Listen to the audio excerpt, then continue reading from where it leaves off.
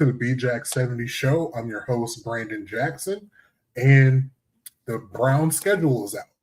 Whole NFL released the schedule Thursday night, dropped all kinds of videos on social media, which I haven't seen. Don't know which ones are good, which ones are bad. Haven't looked at a single one of them, but wanted to get on here, talk about the Browns schedule specifically, maybe go over week by week, maybe some good things about the schedule, bad things about the schedule, and then kind of do, what everybody has to do, have to go through week by week, see if that's a win, see if that's a loss, try to come up with, the Browns record in 2026. So we'll do that. But before we get into that, just want to say thanks for watching. Go ahead, hit that like button, hit that subscribe button if you aren't already subscribed. Tell a friend to subscribe to the channel, come over, see the videos, see the content, talking about the Cavs over here, talking about the Browns over here, talking about the NFL at large, talking about football, basketball, sports at large on this channel. So if you're interested in that, stick around, subscribe, and think somebody else would be interested in it, tell them to subscribe. But let's hop right in. Let's get to this schedule.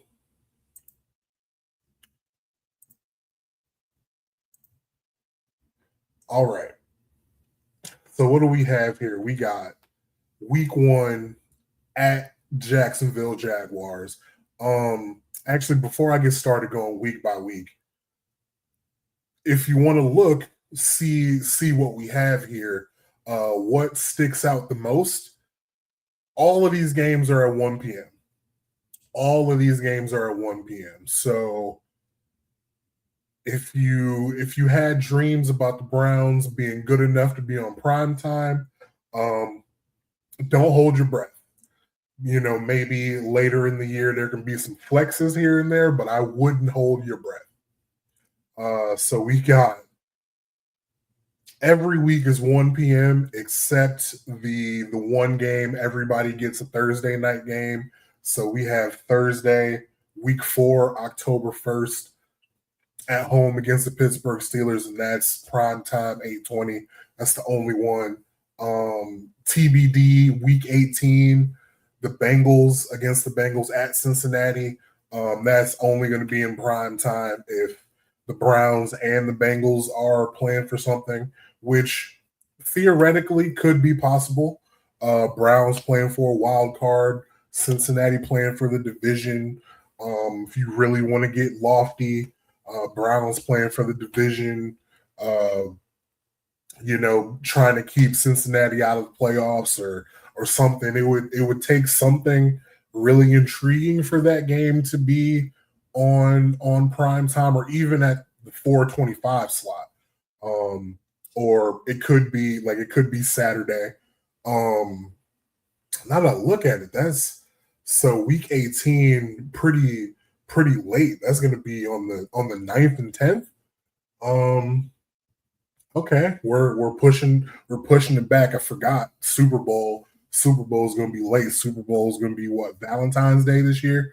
So that'll be interesting. But so yeah, what are you guys, just off rip, what are you guys thinking about the schedule?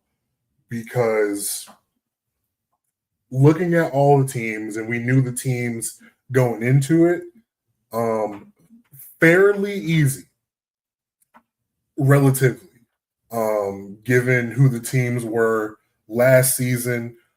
Very favorable going up against the NFC South this year as a division, because that was easily the worst division in football last season. Team got to the playoffs going 8-9, or was it 8-9 or 9-8? I don't know. It was coming down to the wire, but Carolina got in with a subpar record. But playing the NFC South, and we're also playing the AFC South. Not as easy of a division to play. Got the Jags, Jags are good. Jags were a playoff team. Got the Texans. Texans, incredible defense, but you get them at home, so that little bit of a reprieve, if any. But they're going to be a tough out. The Colts at the end of the year, you play them at home. They play in a dome, so they might. I mean, they live in Indianapolis where it's cold, but are they gonna want to come outside, play in the cold, in the snow in January? Um, and then cold. So Titans, and we go to Tennessee. Go to Tennessee October 25th. Should win that game. Should absolutely win that game. Tennessee. I think Tennessee is going to be improved, but I don't think Tennessee is going to be really, at least I don't think, pushing for a playoff spot at this juncture. But I think they're going to be better than what they were last year. All in all, this is a very workable schedule. Very workable. We should be able to make some noise with this schedule. And again, we've known the teams, what the teams were going to be this whole time. Just needed to see the order that it was going to be in. So let's just go week by week. Week 1, starting out Jacksonville. I'm gonna be, actually, this is what I'm gonna do. I'm gonna go through first all the weeks that I think they absolutely should win, and that'll be our floor. That'll be what I think the floor is. First one I think we absolutely should win is Carolina. Got to beat Carolina at home. I'm not a huge fan of Carolina's team. I think the Browns defense is good enough to win a lot of these games on the schedule by themselves, but I think that offense should be improved enough to make some noise against some of these lower level teams. So I'm saying we should beat the Panthers Thursday night against the Steelers. When I go through usually talking about the Browns and who I think should win, I'm usually giving us a split between the Steelers. Depending on the year, I'm giving us 2 Bengals games because we tend to beat the Bengals more often than not. But either, depending on what the Bengals look like in a given year, I'll split with the Bengals. And usually I don't have us beating the Ravens. That's normally how I do it. Taking a game from Pittsburgh, taking a game from Cincinnati, usually the home game. And then I don't ever feel like we can beat Baltimore until, the day of, and then we'll see how it goes. So that's how I do the AFC North usually every year. So I have us taking Pittsburgh, the home game on Thursday. You got to beat the Jets. Got to beat the Jets. You need to get these 3 in a row because I think you have a good chance of going 0-2 those first 2 weeks. So got to beat the Panthers, got to beat the Steelers, got to beat the Jets. So that's 3. Ravens, I can't do it. Titans, you got to beat the Titans. You almost beat the Titans last year. Shedeur had his best game against the Tennessee Titans. Who will be the quarterback against the Tennessee Titans? I don't know. Shedeur had his best game against the Titans. Deshaun might have had his best game as a Brown against the Titans. So that's a game you got to win. That's 4. New Orleans, a lot of people are going to say we should win this game. I don't know. We're most likely not going to beat all of the NFC South teams. That just doesn't seem likely. I mean, we could if we're that good. If you're a good team, if you're Baltimore playing all the NFC South teams, you should win. But I don't think Browns are at that level yet. So I don't think we're going to win all these games. So I gotta pick and choose some of these games that they might lose. At New Orleans, I think they might lose that game. I was impressed and intrigued with Tyler Shough to end last year. I like Kellen Moore. They got Jordan Tyson. They still have Chris Olave as of now. Still have Kamara on the roster with Travis Etienne as of now. I kind of like what they're doing in New Orleans. So I'm not going to do that. So I'm still at 4. Houston, hell no. Vegas, off the bye week at home, you got to beat Vegas. You have to beat Vegas. Going to be either a rookie quarterback, Fernando Mendoza, or Kirk Cousins with a team that was dog shit the whole last year. You better win that game. You better win that game. Cincinnati, is this the first Cincinnati game? Yep, that's at home. So that's 6. Got to beat them. At home versus the Atlanta Falcons. This is probably the most must-win game on your schedule. You cannot let Kevin Stefanski come into the crib and beat you his first year away. You can't let it happen. I think Todd Monken knows that. I think everybody on this roster knows that. They can't let Kevin Stefanski come back to Cleveland and get a dub. So I got Atlanta. I got them beating Atlanta, and that's 7. Those are the ones I think you absolutely have to have. If I'm looking at New York, I think New York is going to be improved. John Harbaugh going over there.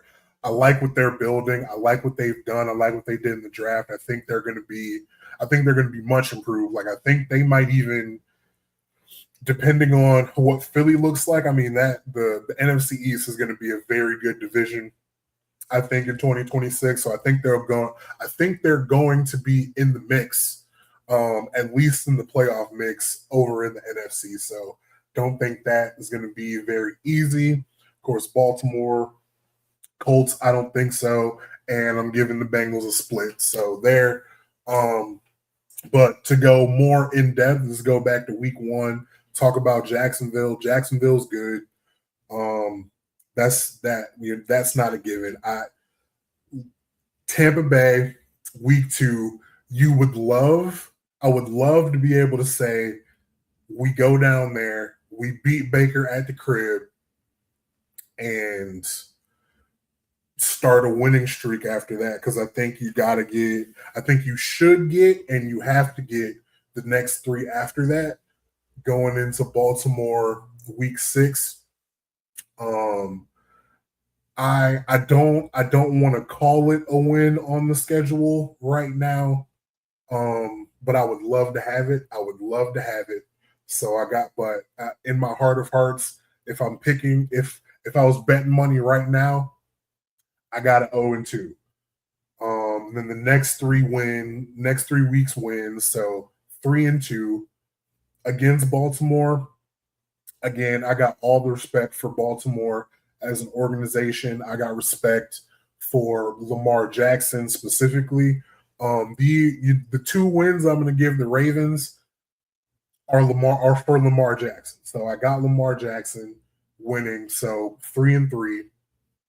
Beating Tennessee, 4-3. Pittsburgh, give them a split, 4-4. Saints going down New Orleans. It's tough. I would hate to lose 2 in a row like that, especially going into the Texans game. I'll stand on what I said. I'll take Saints to win. So that's what, 4-5. 4-5. 1, 2, 3, 4. Yep, 4-5. And then Texans, all-world defense. I'm sorry, I'm giving it to the Texans. 4-6 going into the bye. It's a late bye week, pretty late bye week, week 11. You like to see that. You hate it when that bye is in week 5. Week 6 is way too early. Also, no international game for the Browns. I know a lot of people thought it might be the Browns going to France to play the Saints, but ended up being the Steelers. So No early wake up calls, no international games, which I appreciate being a Browns fan. I'll be up anyway to watch those football games, either way. But luckily, luckily, if you're a Browns fan, you don't have to get up at the ass crack of dawn to watch your football team potentially lose like they did last year. So yeah, coming out of the bye, 4-6. Raiders, you better win, 5-6. Cincinnati, you better win, 6-6. Picking up some momentum. Kevin Stefanski coming there, 7-6. 7-6. Giants, probably, I guess, yeah, I'm gonna say 7-7. Ravens, 7-8. Colts is really a toss-up. If the team, and this depends on, how we feel coming out of training camp, and of course I'm going to do this again later, coming out of mini camp, out of training camp, what we think the team is going to be, how we think the team is going to look. But from what I know right now, I don't like the Colts, and that was evident from everything I said about them during the whole last season on this channel. I don't really respect them, but forget it. I'll give us the win. So that would be 16. Was that would be 8-8? Yeah, I think that would be 8-8, and then going into Cincinnati, is this to get us number 7, the number 7 wild card spot? To get the 9 wins, I don't think that would be good enough for the division, even though I believe it was last year. Was it 9 wins last year? I don't remember, but 9 wins in a regular year, I don't think that gets you the AFC North division. 9 wins, I think it depends on everybody else if that can get you in the mix for that 7 spot, that 6 spot. And if that's the case, it would either be like a Saturday night game or like a Sunday 425 game, to see what happens, because I don't think it would be high profile enough to get that Sunday night football treatment, that last game of the regular season treatment. There would probably be a different matchup that's better, probably an NFC North matchup to see who gets into the playoffs or wins the division like it's been for last couple years. But at Cincinnati, I feel like if we know that the playoffs will be on the line and we go to Cincinnati, I think we get that game. I think we have enough to get that game.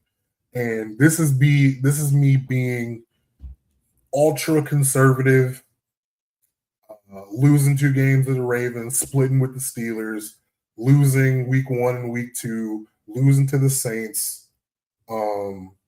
losing to the Giants.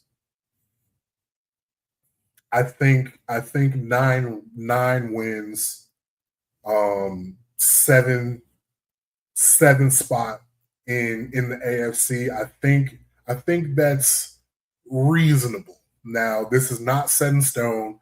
This is in pencil. Again, we'll probably do this later on before the season starts, but just looking at the schedule right now, 8 to 9 wins is probably the ceiling. Well, the ceiling could be like 11. The floor is 7. So I don't remember what the win totals are. Have to check that on FanDuel, but if it's anything less than 7, I'm smashing that over. Because I don't think, given what I think the defense will be and given the improvements, no matter who the quarterback is, the offensive line is so improved. You still have Quinshon Judkins. You got better receivers in the room. You revamp the offensive line. This team is going to be better, especially with this schedule, better than people think is going to be. Given whichever quarterback starts, even if the quarterback that's going to start isn't even on the roster yet, which I think is unlikely, but who knows at this point. So I think the floor is 7. The ceiling, depending on how good the offense gels together quickly, 11. But I think the truth is probably somewhere in the middle, 8 to 9 wins.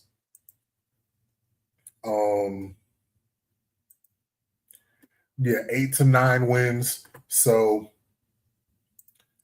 we'll see. We'll see how it goes. But yeah, that's the schedule. That's Brown's schedule released on Thursday night. Had to get in, had to talk about it. If you haven't watched, go before. If you're watching this on Friday morning, but you haven't seen my reaction to Game 5 in the Cleveland Cavaliers versus Detroit Pistons series, go watch that. Go watch all other content on TikTok at BJack70. Go to Twitter at BJack70.